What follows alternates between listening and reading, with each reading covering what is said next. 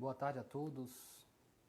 Estamos aqui começando mais uma live da Biossíntese Natal, Biossíntese Brasil e Biossíntese do Mundo, na verdade, que é bacana estarmos aqui sempre com pessoas de outros países que estão acompanhando a gente, pessoas dos outros institutos, dos outros países também, e daqui dentro do nosso país. Então é isso, hoje vamos ter a doutora Ana Cecília, psiquiatra, vai estar aqui conosco falando um tema bem interessante. Antes eu vou só esperar um pouquinho aqui para as pessoas irem entrando na nossa live, enquanto o pessoal vai chegando, né? Vai se acomodando aí.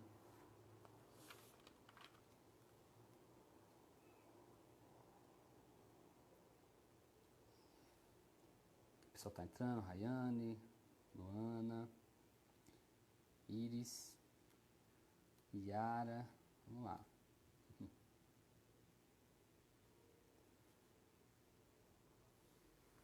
Então, pessoal, enquanto o pessoal vai entrando, a gente vai guardando para poder iniciar. Queria falar que todas as nossas lives elas estão gravadas no YouTube e até então, desde o começo da pandemia, não, na verdade, desde um tempo depois a gente surgiu com essa ideia de trazer lives para as pessoas. A gente pensou muito nos alunos que estavam sem aula por enquanto. Inclusive, muito feliz por os alunos estarem retornando agora. Essa semana que vem vamos estar com o Liane Zink dando aula para os nossos alunos aqui, caso online, né? Vai ser muito bacana. E aí, desde então, todas essas lives elas estão gravadas no nosso canal do YouTube, tá? Só visitar lá. E quem quiser conhecer mais, também temos o nosso site, o site da biasintesnatal.com.br. Vamos lá. Nazaré entrou aqui. Todo mundo chegando.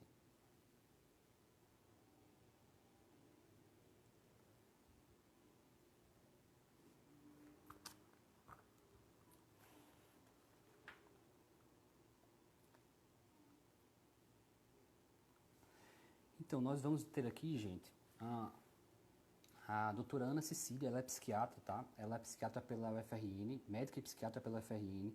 Ela também é psiquiatra assistente do Hospital Municipal de Natal e também psiquiatra da ala clínica do Hospital João Machado. Ela também tem a sua clínica, o seu consultório particular. E aqui, peraí, o pessoal está pedindo para aumentar o volume, deixa eu ver se fica melhor aqui. Oi, Joana.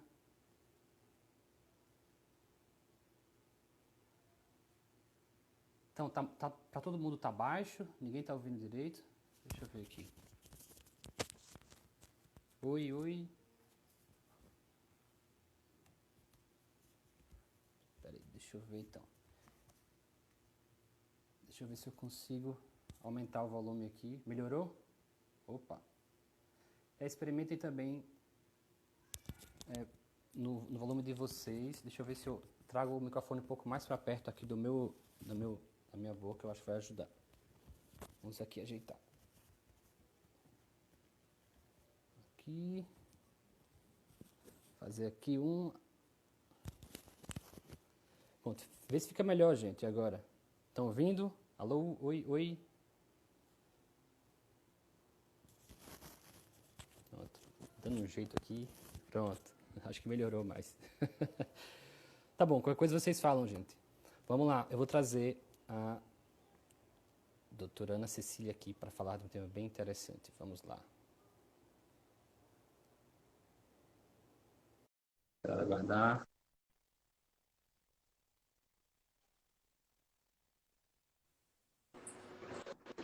Olá.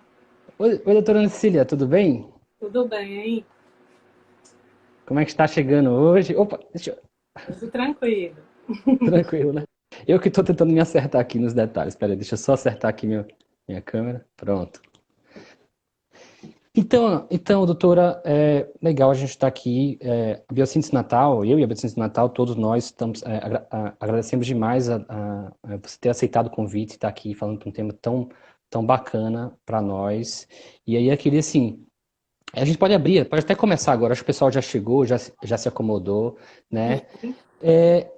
Eu passo a bola para você, Ana Cecília. Então, como é que é, né? Traga um pouco dessa ideia do tema que você está trazendo para a gente, de poder falar um pouco sobre isso. A bola está com você, fica à vontade. Sim.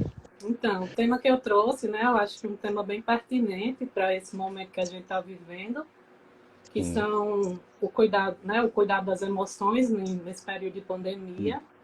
Isso. E acho prudente que a gente, né, passe alguns conceitos inicialmente sobre as emoções antes de adentrar nesses cuidados com essas emoções Sim. nesse período que nós estamos vivendo. Então, eu queria Sim. trazer para todo mundo, inicialmente, o conceito de emoção. Então, as emoções, elas são reações afetivas, elas são momentâneas, elas são agudas e elas, em geral, são desencadeadas por estímulos significativos. Uhum. E acompanhando, né, essas reações afetivas, nós temos reações somáticas, que são reações corporais. Então, isso pode compreender desde alteração na frequência cardíaca, alterações gastrointestinais, alteração na pupila, alteração em suar mais, ou ficar frio ou gelado, enfim, quente. Então, Uhum. são essas reações somáticas que costumam acompanhar as emoções. As Sim. emoções, o estudo delas, remete desde a Grécia Antiga, talvez ainda mais longe, Egito, enfim, civilizações mais antigas. Mas na Grécia Antiga havia o conceito de patos, que eram as paixões, né? E já Uhum. nesse tempo, a gente, os gregos, né, eles tinham um conceito de que as emoções eram algo que nos colocava em perigo, era algo que podia nos cegar e algo que a razão deveria necessariamente dominar.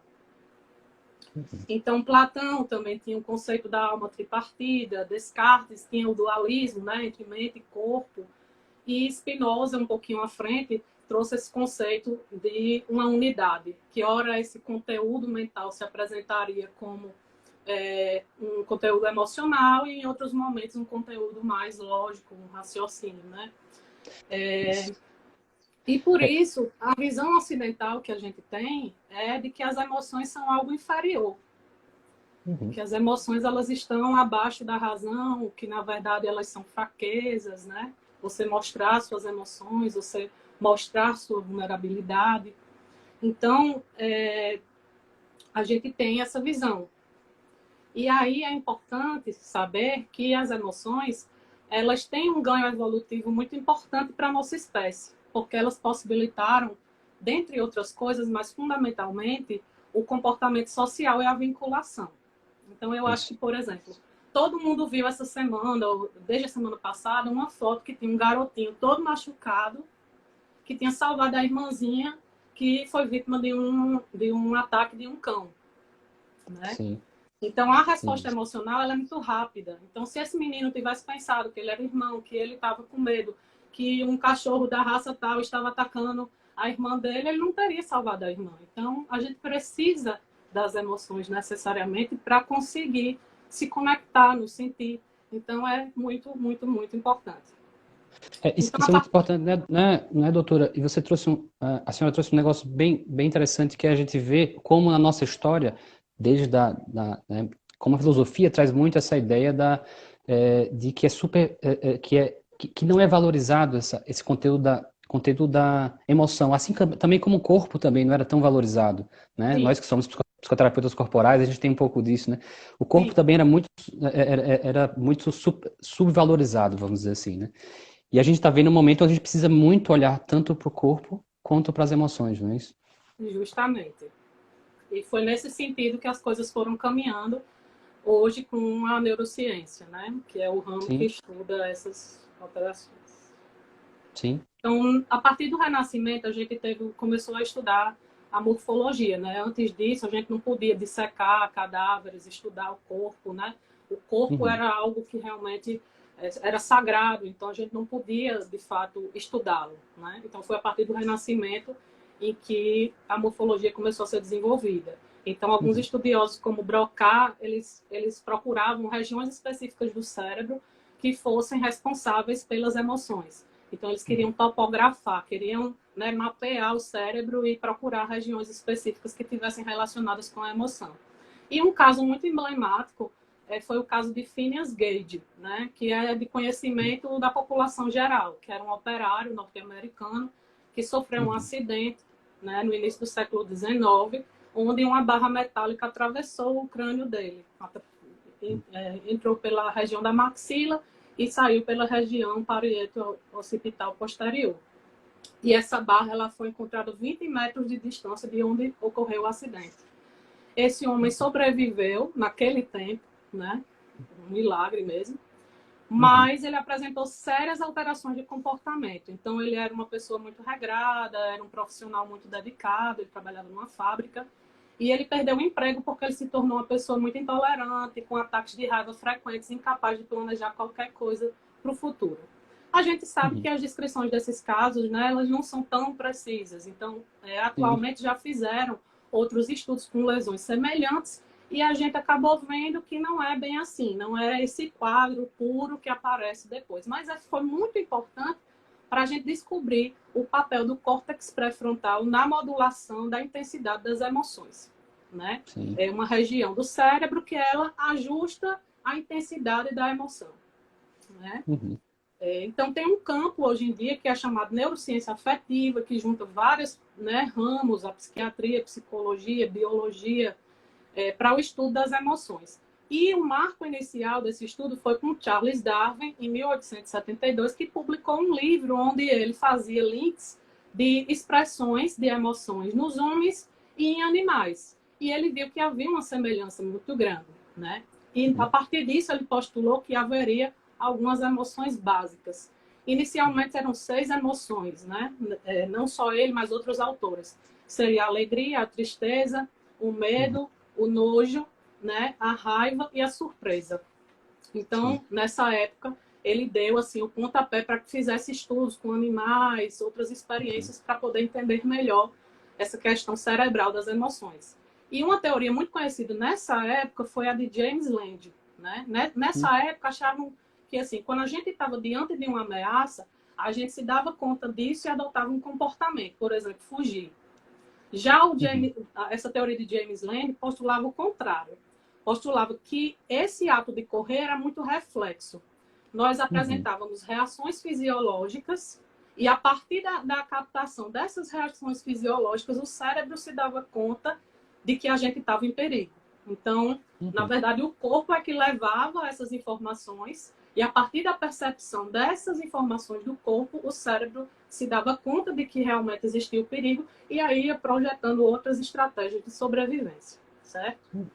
Outro estudioso muito famoso, e assim, a gente vê muitos nos livros de fisiologia, quem é da área da saúde, né, costuma ver, que é o Joseph Papé, né? O Papé, ele foi quem introduziu o conceito de um sistema, né, de várias estruturas que atuam de forma integrada para que a gente tenha o processamento das emoções.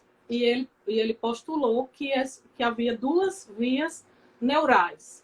Então, os estímulos eles chegavam da periferia e adotavam 2 caminhos. Um caminho de ir para a parte mais central, né, o córtex cerebral, para a gente tomar consciência da emoção, e outro caminho que seria para a região do hipotálamo, que é uma região do cérebro que secreta vários hormônios, está relacionada com vários comportamentos, como de sede, de fome, vários tipos de hormônios estão relacionados com a função do hipotálamo, e aí haveria uma resposta mais rápida. E o hipotálamo depois jogaria uma resposta para a parte consciente. Então, naquele tempo, há muito tempo atrás, ele já delineava essas estruturas, né?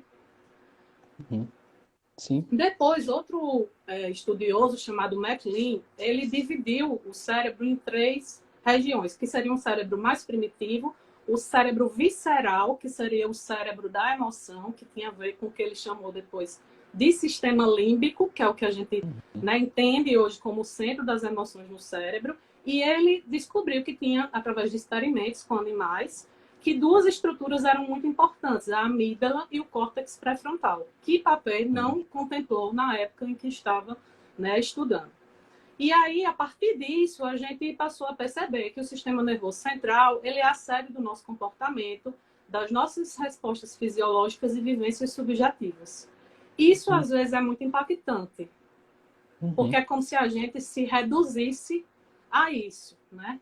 É uma coisa estranha. A gente, poxa, eu sou um monte de moléculas e é só isso que acontece, as minhas emoções que são complexas, né?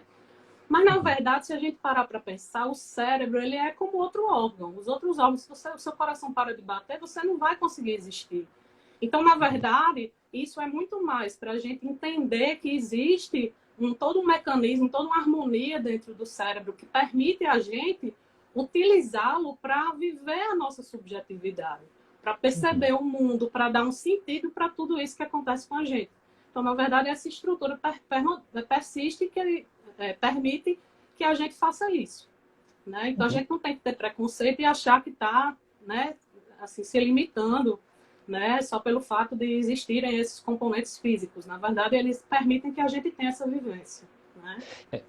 E é interessante a forma que você está trazendo, doutora Ana, que é uma forma de não trazer uma valorização do cérebro. Às vezes na sociedade a gente tem esse pensamento, o cérebro ele é o maior de todos ali, né? Ele é o principal, e na verdade é uma união, é um conjunto, né, de integração corporal, né? Importante ter esse movimento. E Se não um depende... não existe sem o outro. Isso, Não tem como. Isso. E aí tem uma frase muito interessante de Pascal, que ele dizia assim, que o coração tem razões que a própria razão desconhece. Né? Então, assim, as nossas emoções, elas têm papéis fundamentais em situações onde o nosso cognitivo sozinho não consegue resolver. Né? Sim, sim. Então, o sistema límbico hoje, ele é composto pelo córtex cingulado anterior, que é uma parte mais, né, central do cérebro. O ideal é que a gente tivesse uma imagem para mostrar, mas são estruturas que trabalham em conjunto para modular essas emoções. E eu queria falar sobre a função de 3 estruturas específicas. Primeiro, a amígdala, né? Alguns estudos que mostram a lesão nessa região, a pessoa fica colocando tudo na boca, tem muita passividade, dificulta as relações sociais. Então, a amígdala está relacionada ao processamento dos sinais sociais de emoção. Por exemplo, quando a gente vê alguém gritando ou tendo posturas relacionadas ao medo, a gente entende que aquilo é medo. E a gente muitas vezes corre sem nem saber do que é que está se tratando. Né? Então, é muito importante essa estrutura nesse sentido. Ela também condiciona algumas emoções. Então, pela exposição de emoções a determinados contextos, ela vai condicionando algumas respostas. Então, isso faz com que a gente tenha respostas mais rápidas em algumas situações. E a consolidação das memórias emocionais. Isso aí tem tudo a ver, por exemplo, com trauma. A amígdala, dentro do estudo trauma, ela é uma estrutura importantíssima, porque ela tem relação com essas memórias afetivas, né? Inclusive, assim, pessoas que têm lesões na amígdala, elas às vezes só conseguem entender o lado lógico, por exemplo, de um texto. Ela não entende as emoções, por exemplo. É bem interessante as descrições sobre isso.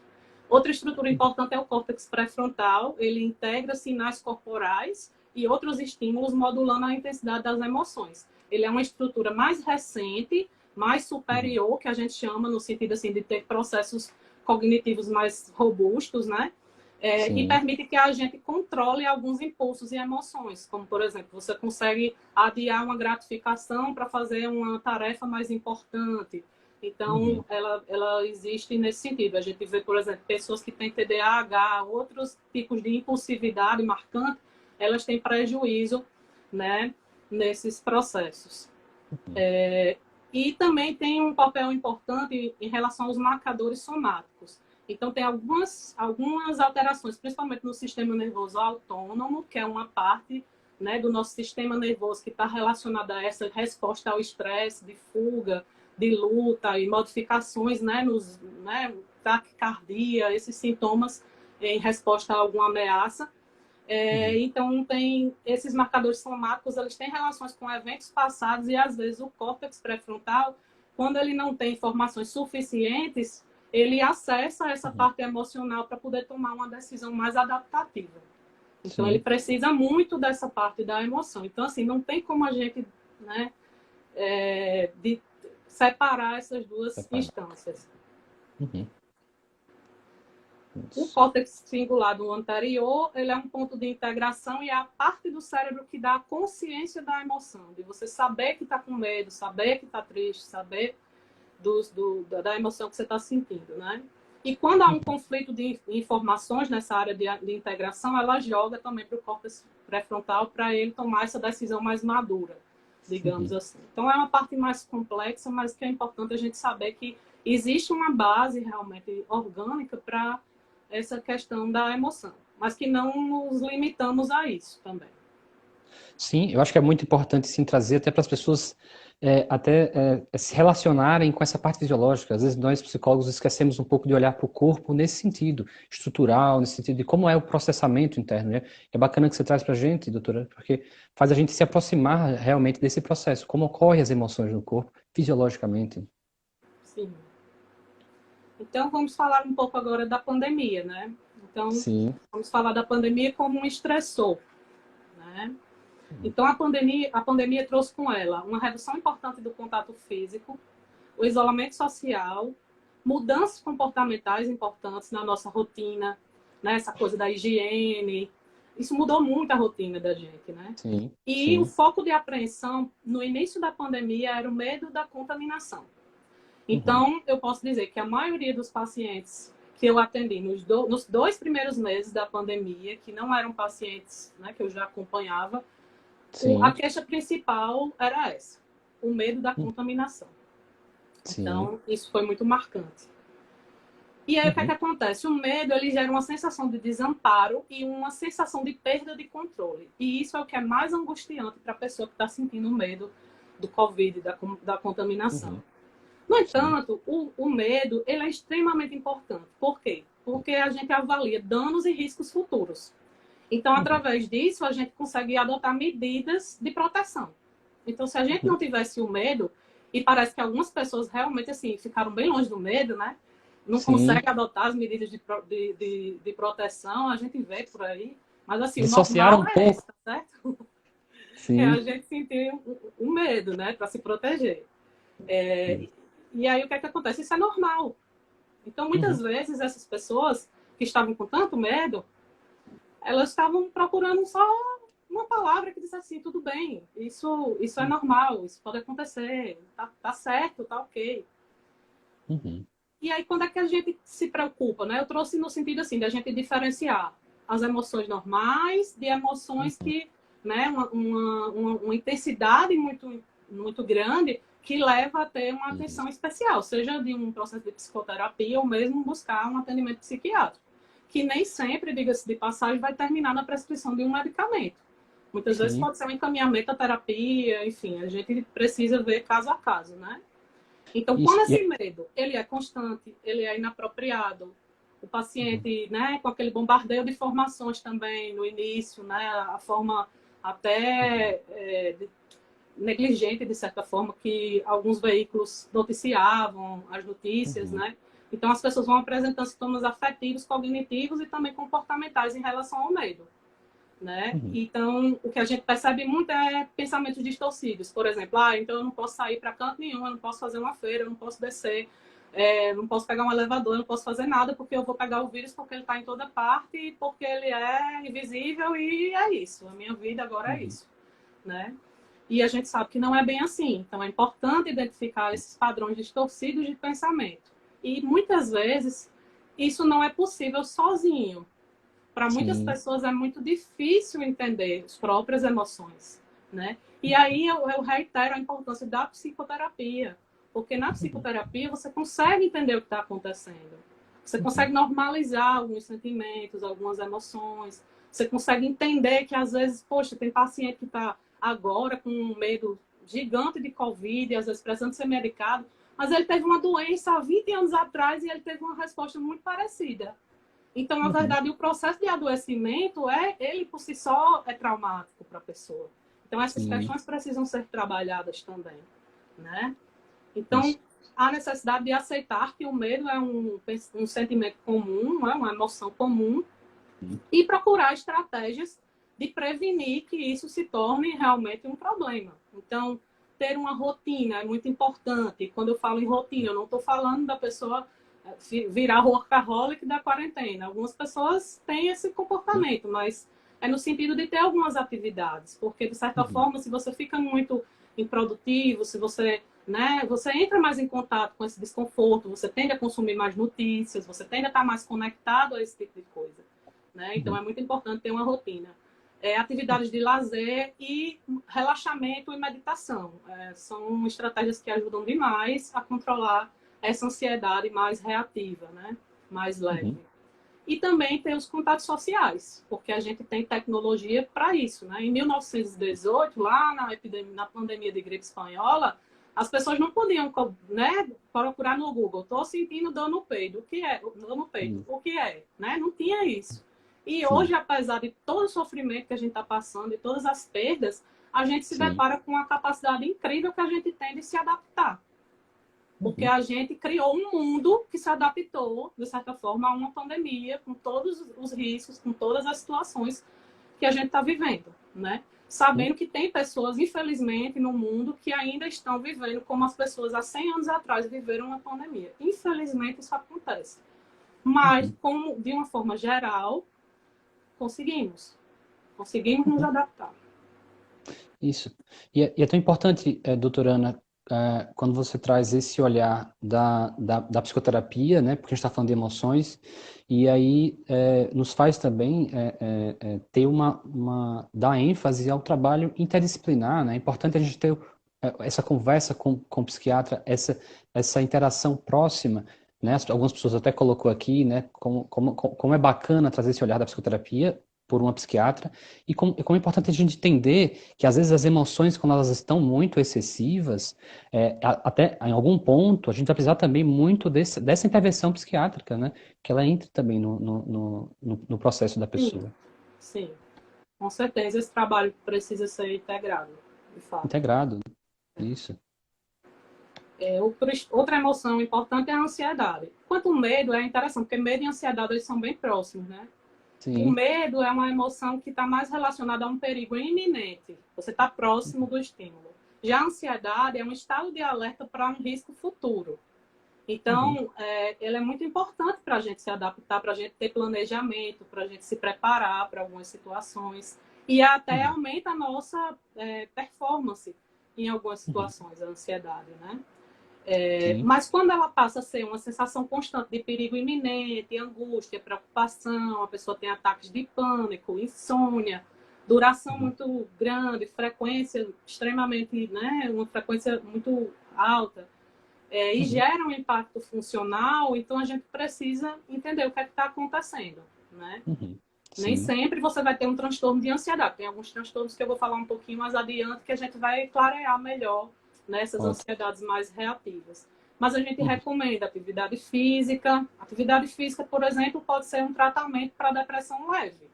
Dependendo se o paciente já teve muitos episódios depressivos ou não, se tem alguma outra doença, né, se já teve episódios graves. Mas depressão leve, uma pessoa que nunca teve, ela pode melhorar com exercício físico ou com Uhum. alguns tipos de intervenção psicoterápicas isoladamente. Né? O medicamento nem tem evidência científica para depressão leve. É como se eu estivesse dando cloroquina, entendeu? Tipo assim, Sim. não funciona. Sim.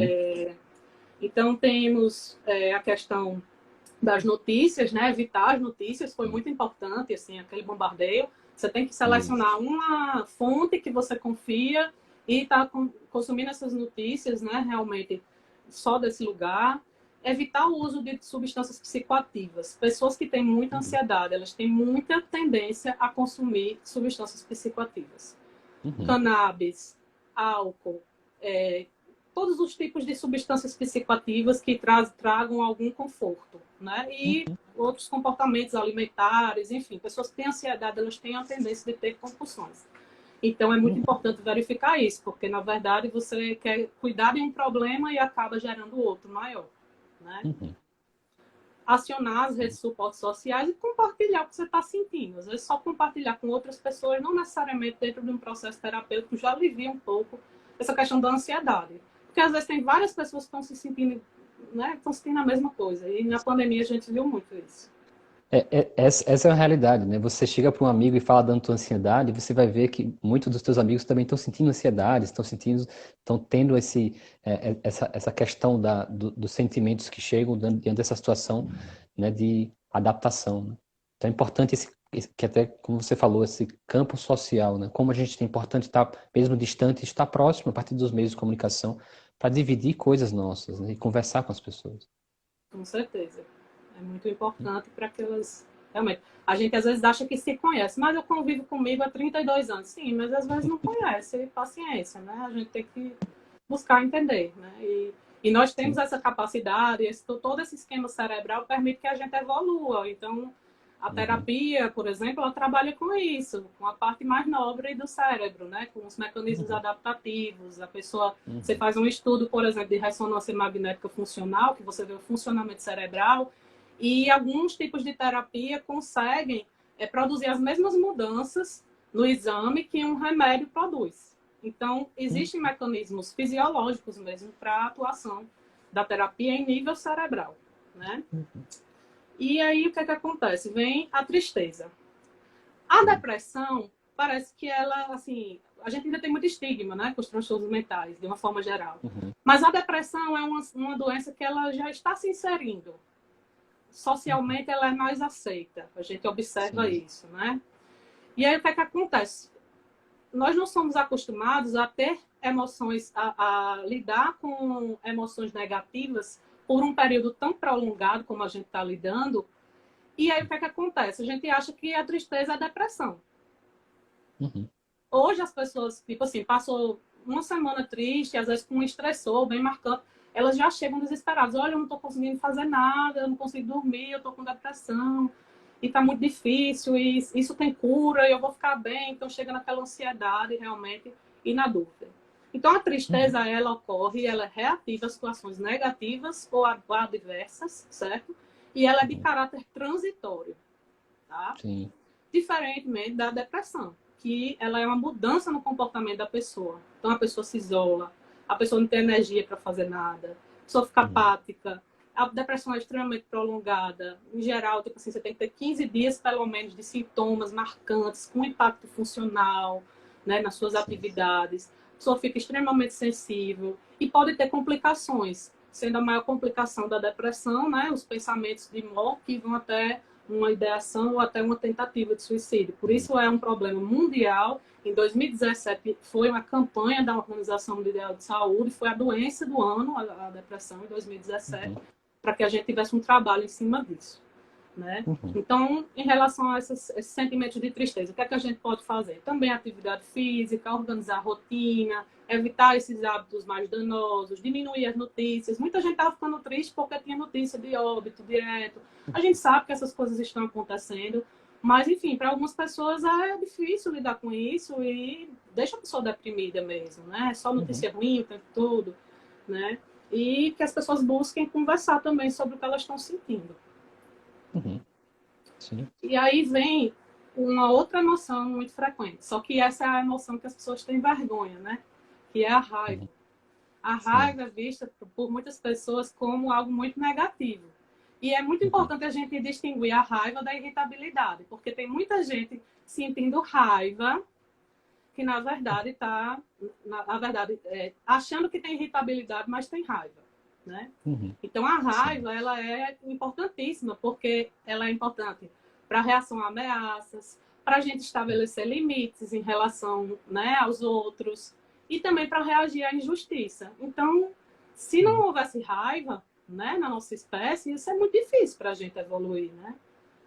As discussões, enfim, a raiva ela está relacionada a isso, né? E a raiva patológica, como é que ela é? Ela é muito frequente, ela tem gatilhos diversos e ela pode ser sinal tanto de tristeza como de ansiedade. E é difícil para uma pessoa que tem a irritabilidade como um sintoma dessas doenças, por exemplo, de depressão, de ansiedade, entender que ela está com algum problema. É difícil. Essas pessoas que têm um perfil mais da irritabilidade, é mais difícil, né? Porque muitas vezes elas acham que aquela situação, elas estão certas, que aquilo que é assim mesmo, que a pessoa, né, tá enchendo o saco. Enfim. Mas a irritabilidade é um sintoma extremamente inespecífico, mas ele é um bom marcador de que a pessoa está em sofrimento psíquico. Sim. Porque tem muitos transtornos que estão relacionados à raiva. Então, a irritabilidade, perdão, a raiva é normal, viu? Pode ter raiva, não tem problema. Então, alguns transtornos de personalidade, o TDAH, o transtorno afetivo bipolar, o burnout, né? Enfim, vários transtornos mentais podem estar relacionados à própria depressão em algumas situações, a ansiedade, né? Os transtornos de ansiedade. Então, é um marcador de sofrimento psíquico. Então, quando a gente vê alguém muito irritado, essa pessoa provavelmente está precisando de ajuda. E essa irritabilidade tende a afastar os outros. Então, é mais difícil ainda para essa pessoa ser ajudada. Então, a gente tem que ter um olhar diferenciado para as pessoas muito irritadas. Sim, e você também dá um olhar diferente sobre a raiva, né? Como algumas pessoas até colocam aqui, a raiva é um sentimento, às vezes, que a gente precisa esconder, que a gente tem, como você falou também, né? Tem vergonha, né? É como se a sociedade não permite muito que a gente coloque a raiva, né? E aí, às vezes, algumas pessoas, né? Pode até isso pode até trazer questões muito severas se você também prende muita raiva, se você não permite que a raiva, em hipótese alguma, aconteça, né, doutora? Exatamente. Né? Uhum. E a emoção do estresse, né? O estresse é você se sentir tenso, sentir uma pressão emocional. O estresse ele é muito importante para a gente lidar com determinadas situações, porque ele melhora a nossa performance em uma Uhum. determinada tarefa. No Uhum. entanto, a gente chega a um nível de exaustão. A gente não pode ser, né, estar submetido sob estresse continuamente. E o que é que Uhum. acontece? Quando há uma percepção de que esses recursos internos e externos não são suficientes para lidar com uma determinada situação, essa Uhum. situação se converte numa ameaça. Então, a Uhum. situação que gerou o estresse inicialmente começa a se comportar quando tem uma ameaça, né? Como se fosse uma ameaça. Uhum. E aí, tem um aspecto dessa prevenção, né, de adoecimento, que é o nosso sono. Então, o sono, ele é um marcador de saúde emocional. Se você dorme Uhum. bem, a chance de você estar bem com você é muito grande. Então, Uhum. mas também não quer dizer que todo mundo que tem problemas pontuais para dormir está mal, tem algum transtorno, precisa tomar medicação. Não é assim também. Uhum. Sim. Então, tem alguns hábitos que a gente chama de higiene do sono, né? Que são alguns atos que a gente faz de maneira repetida, torna isso um hábito. Uhum. E com isso a gente consegue ter um sono de melhor qualidade. Isso tanto para pessoas que têm problemas para dormir, né? Que têm sono, Sim. enfim, como pessoas que dormem bem. Então, quais seriam esses hábitos? Você dormir e acordar sempre no mesmo horário, tentar manter um horário para dormir e Uhum. acordar. Não fazer atividades estimulantes após as 18 horas, tanto do ponto de vista físico quanto psíquico. Ou seja, fazer atividade física extenuante depois das 18 horas vai influenciar no início do seu sono. Você vai demorar mais para dormir. Uhum. Enquanto que você ficar olhando telas com muita luz azul, né, incidindo Sim. na sua retina, também vai dificultar o sono. Então, a gente tem recursos nos celulares para diminuir essa incidência da luz, né, azul. Uhum. Evitar notícias próximas à hora de dormir, só deitar realmente quando tiver com sono, mas adotando as outras medidas, né? Uhum. Evitar substâncias estimulantes como cafeína, refrigerante à base de cola, energéticos, reduzir a luminosidade do ambiente, pelo menos uma hora antes, reduzir os Uhum. ruídos e aumentar o conforto do quarto, isso facilita, né? A gente dormir, está mais confortável, facilita. E fazer técnicas de respiração diafragmática, também ajuda a entrar num Uhum. estado em que você fica mais propenso a dormir, né? E além Uhum. disso, preferir refeições leves antes de dormir, porque esses processos de digestão, se você come uma comida, fica sentindo desconforto, você não vai conseguir dormir direito. Uhum. Uhum. E aí o que é que acontece? O principal fator, né, estressor que eu acredito, é esse isolamento, né? Ele afeta uma característica muito marcante da nossa espécie, que é esse comportamento social. Então, isso leva à perda da liberdade, preocupação com perdas econômicas, que está sendo cada vez mais frequente, é um problema Isso. sério, raiva, tédio, frustração, solidão e tristeza. Então, se você está sentindo esses sentimentos, né, em relação ao isolamento, faz parte. É exatamente isso que ele está causando em todo mundo. Né? Uhum. Então, como é que a gente Sim. vai lidar com esse isolamento? Mais uma vez, rotina. A gente vê que pessoas que têm atos de altruísmo, ações em prol da sociedade, se envolvem, campanhas, né? Elas têm um bem-estar maior nesse período. Ter Uhum. informação de qualidade, acionar a rede de suporte social, opções criativas de lazer, aprender novas habilidades. É muito importante, a gente está podendo fazer isso agora, a Uhum. maioria das pessoas. Atividade física, evitar o uso de substâncias psicoativas Uhum. e lembrar que a gente tem uma extrema capacidade de adaptação. que a gente está vivendo uma coisa, né, uma situação seríssima, que há 100 anos atrás as pessoas não tinham essa oportunidade de vivenciar da forma que a gente está vivendo. Mais uma vez digo, há pessoas que estão vivendo da mesma forma, infelizmente. Mas, de uma forma geral, o mundo evoluiu em vários aspectos e a gente não pode deixar de reconhecer isso. Isso. E é importante reconhecer para a gente entender que tem muita gente mesmo fazendo diferente, tem muita gente cuidando, tem muita gente seguindo um pouco, né, do que a gente espera para uma situação tão difícil que a gente está vivendo, né, doutora? É muito importante isso, né? Agora tem uma pergunta, doutora, nesse contexto, de repente a gente sabe que esses sentimentos todos que você está colocando é normal, né? Ansiedade, um pouco de medo, são coisas que a gente está vivendo porque todos estão vivendo, né?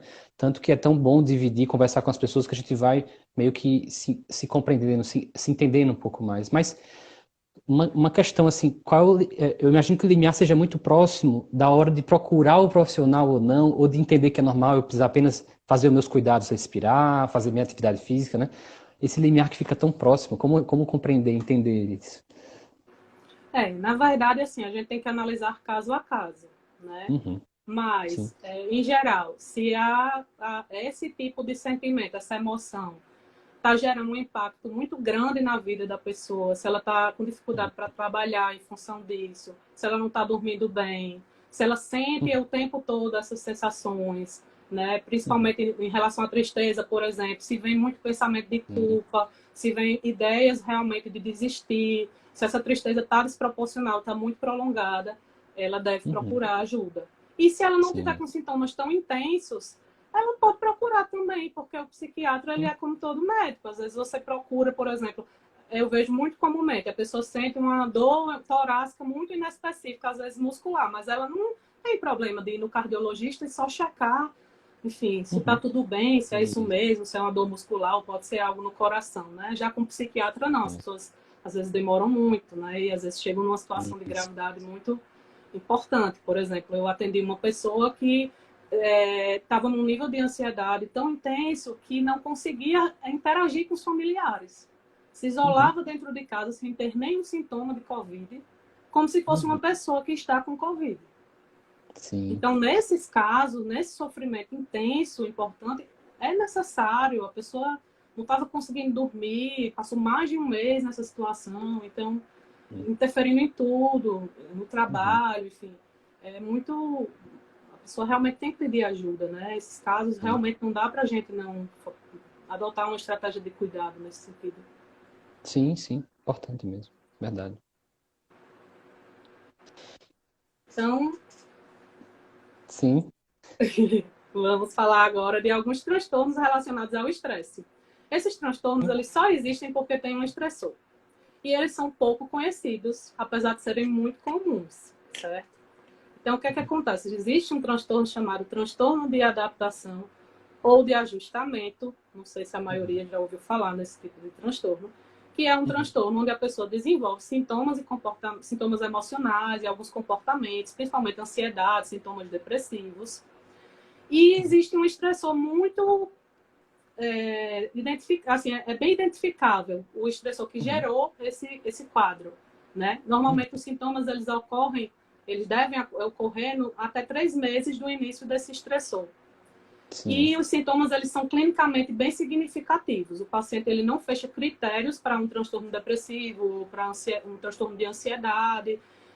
Isso não pode ser uma exacerbação de um transtorno que o paciente já tinha, né? Mas a gente nota que tem um comprometimento funcional, inclusive. E é muito característico desse transtorno que a pessoa fique com pensamentos ruminativos só sobre esse tema. Muito ruminativos sobre esse tema. Então, é diferente da depressão, por exemplo, que às vezes a tristeza ela não tem um contexto específico. É uma tristeza existencial, assim, é uma coisa muito difusa. Já nesse caso, não. É exatamente aquele estressor e a pessoa desenvolveu sintomas mais importantes de choro, de ansiedade, às vezes crise de pânico, às vezes alteração de conduta, irritabilidade, raiva, mas na verdade tem tudo a ver com um estressor específico. Ele não pode ser um luto normal, certo? Esse estressor ele pode ser um divórcio, uma mudança de emprego, mudança de cidade. Então a gente vê muito isso na prática. né? E uma vez resolvido o estressor, dificilmente o paciente passa mais de 6 meses sintomático. E o tratamento, ele envolve necessariamente, prioritariamente, psicoterapia. Pode ter alguma medicação, porque em alguns casos, realmente, o choque é muito grave. Então, ele pode produzir reações até com risco para a vida da pessoa. Então, existe a possibilidade de uso de alguns medicamentos, mas o tratamento principal é a terapia. Sim. Então, a gente pode ver isso os profissionais de saúde. Eu trabalho em 2 hospitais Covid. Então, primeira semana, segunda semana. Quem estava na enfermaria vai trabalhar na UTI. Eu nunca fui para a UTI, agora eu estou na UTI. Imagina a situação, mudar todo o contexto, né? Então, a gente viu realmente muitos quadros desse tipo, né? Tinha um transtorno que era reação aguda ao estresse, que era tipo um choque psicológico diante de uma notícia devastadora, diante de uma situação de total falta de controle, tipo uma catástrofe, enfim. Mas isso foi retirado das classificações como doença, porque, na verdade, é a forma natural que aquela pessoa iria reagir àquele estressor. Porque dura, no máximo, 48 horas, no máximo 7 dias, de 48 horas até 7 dias, e tende a melhorar espontaneamente. Então, isso é considerado uma reação normal, né? Então, não existe tratamento específico para isso, nem é patológico, né? Outro transtorno relacionado ao estresse é o transtorno de estresse pós-traumático. Esse é um transtorno bastante complexo. Ele está cada vez mais frequente devido à questão da violência, enfim, de várias formas. E o transtorno de estresse pós-traumático, ele é um transtorno que ele é um pouco tardio em relação a essa questão do estressor. Ele ocorre cerca de 30 dias após, né, 30 dias ou mais, acima de 30 dias do estressor traumático. E você precisa ser exposto a um episódio concreto ou a uma ameaça de morte, ou a uma lesão grave, ou algum tipo de violência, por exemplo, sexual. E você tem que viver diretamente isso, você tem que testemunhar, ou testemunhar pessoalmente, ou saber que isso aconteceu com um amigo ou com um familiar íntimo, desde que seja acidental ou violento, e exposição repetida a cenas traumáticas, como, por exemplo, policiais que vão em cenas de crime, enfim, de cenas de catástrofes, enfim. A gente pode pensar até na questão dos profissionais de saúde, na pandemia, que eles viram muitos óbitos, enfim, muitas situações estressoras. A gente pode pensar assim também. E nessa pandemia, o fato de você saber que tem Covid, por exemplo, pode funcionar como um estressor traumático, porque tem esse potencial, né, de produzir uma lesão mais grave, né? Enfim, é uma doença potencialmente letal, a gente sabe que tem os grupos de risco e tudo, mas pode funcionar como um estressor traumático. E você precisa ter sintomas de 4 grupos né? São 4 grupos de sintomas que você tem que apresentar algumas dessas características.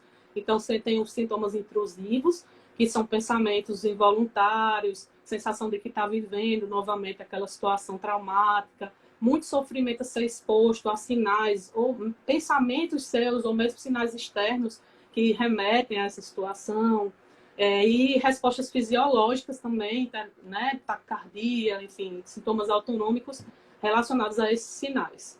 O outro grupo de sintomas é a evitação, que é tanto de você lembrar como de você se expor a estímulos externos que façam você lembrar da situação.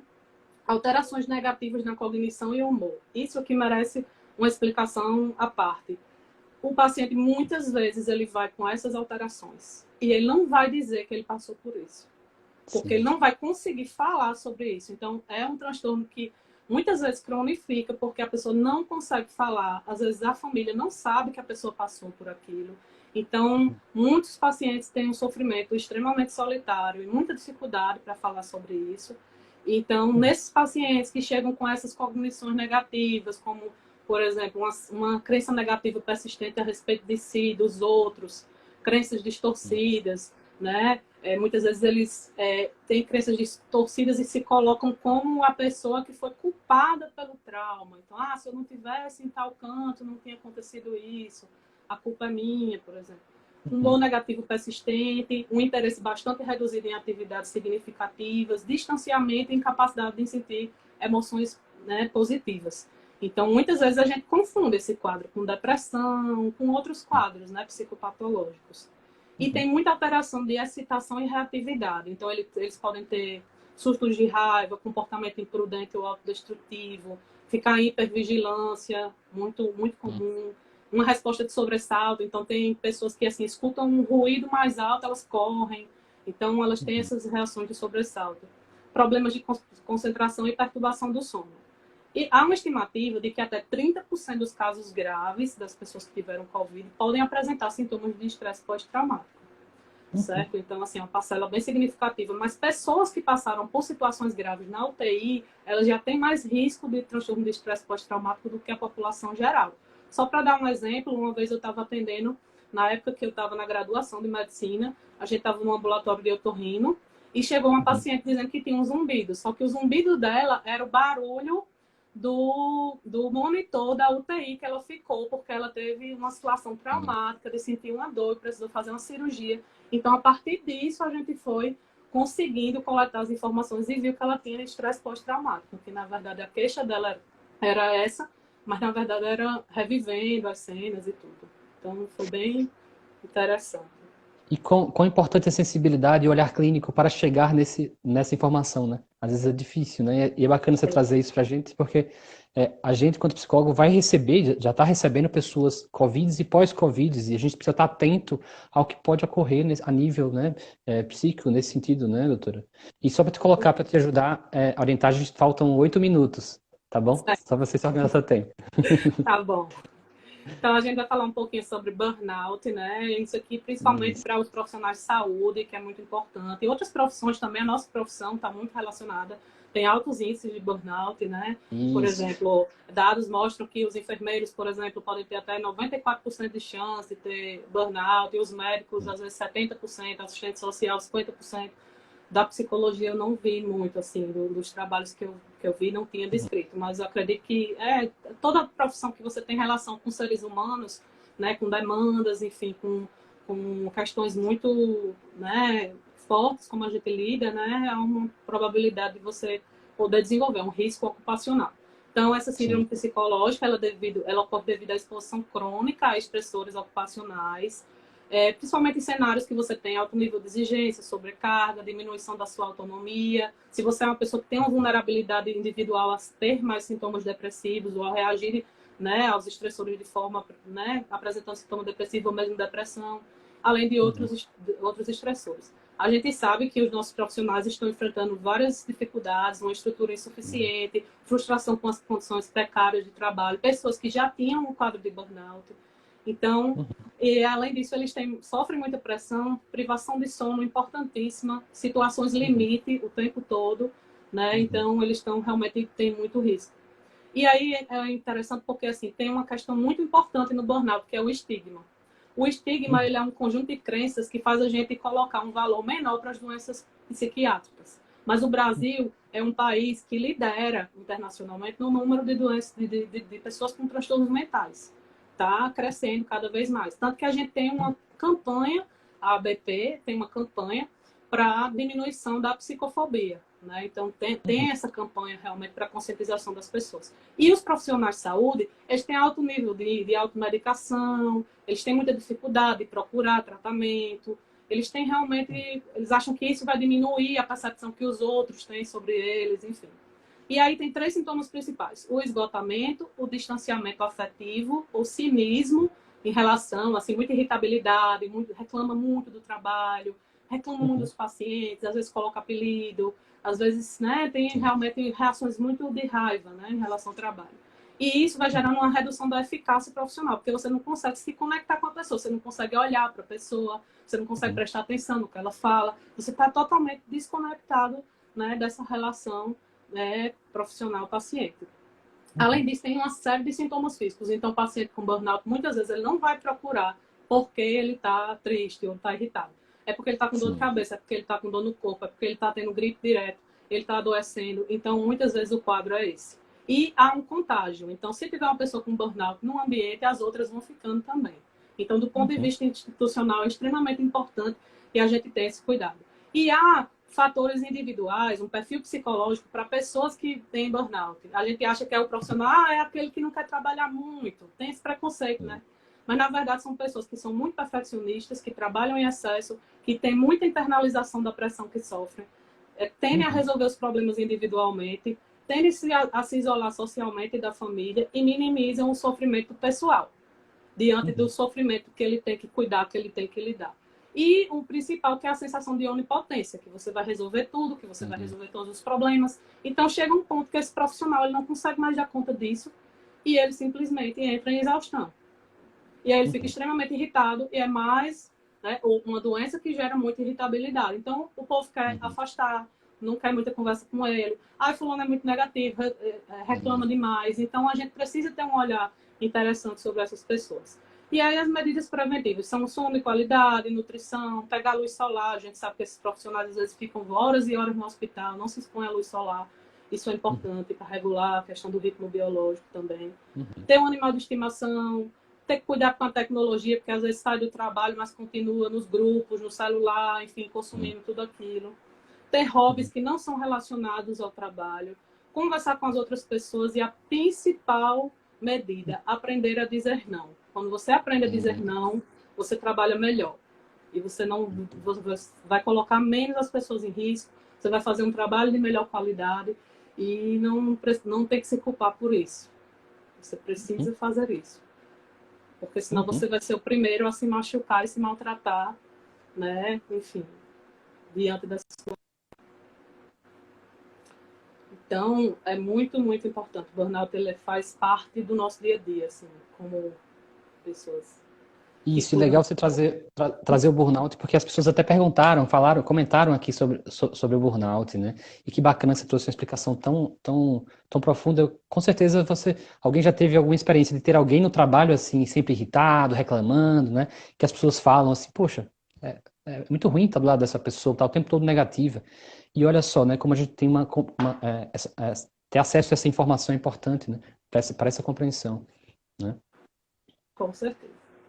E eu acho que é isso, doutora Ana. A gente está no final, infelizmente. Olha, foi fantástico, foi perfeito. Uma verdadeira aula para a gente de como acionar os cuidados que a gente precisa ter, né? Porque em cada transtorno, em cada situação que você foi trazendo, foi aproximando o que é possível fazer. E muito dos cuidados está muito ligado a esse autocuidado, né? A olhar para si e como que você pode colocar o teu dia a dia de maneira saudável, em alguns comportamentos saudáveis, né? Então, assim, muito, muito bacana isso. As pessoas aqui comentaram muito bem também, falaram muitos comentários assim, agradecendo, dizendo que foi fantástico, dizendo que você é perfeita, que a sua explicação foi muito coerente, que foi muito importante para a gente entender, para a gente se aproximar enquanto terapeuta, né? Até para compreender que nesse momento vão chegar muitas pessoas com essas emoções e como cuidar disso, né? Além do processo terapêutico, a gente tem que ter esse entendimento, né? Mais profundo. Então, assim, agradeço demais a tua presença, foi muito bom, verdadeira aula, é uma aula que a gente tem que ver de novo, né? Porque muita informação também. Muita informação mesmo. Eu tentei trazer tudo para... É que uma hora é muito pouco para muita coisa, né, doutora? Mas foi fantástico, muito rico. Muitas pessoas conhecidas, pessoal da equipe do hospital, os guerreiros aí que estão na luta. Muito bom. Foi muito bom estar com você. Trazer a sua experiência de hospital e demais nesse momento também é importante a gente escutar, né? Ter essa informação, saber que tem uma pessoa muito sensível como você, assim, atuando, trabalhando, né? Tendo esse olhar tão amplo, assim como em todo momento você trouxe a importância da terapia e a importância desse olhar para si, né? Para a gente que é psicólogo, que tem esse conhecimento, né? Que tem esse entendimento. É muito bom ver uma psiquiatra, uma médica também com esse pensamento. Para a gente é muito bom. A gente poder estar junto sempre, né? Trabalhar junto, é o que a gente precisa. Sim, com certeza. Sempre integrados. Isso. Então é isso. Agradeço demais a todos que estavam aqui na live com a gente. O pessoal do Curutu também. Tem alguém que você conheceu mais aí, que você chegou a ver? Tem muita gente que falou bem de você. Muita gente que eu conheço. Bacana. Que bom. E é isso, assim, foi perfeito, muito bom. Agradeço a todo mundo que estava aqui com a gente, né? Colocando também algumas colocações sobre isso, falando muito bem desse momento. Bom que a live vai estar gravada. Quem quiser, vai lá no nosso canal da Biossíntese Natal no YouTube, vai poder ver um pouco mais disso e vale a pena. A gente precisa escutar mais isso. Muito obrigado de coração, grande abraço, doutora Ana. Tudo de bom, viu? Agradeço muito pela oportunidade. Nós que agradecemos. Abraço. Abraço.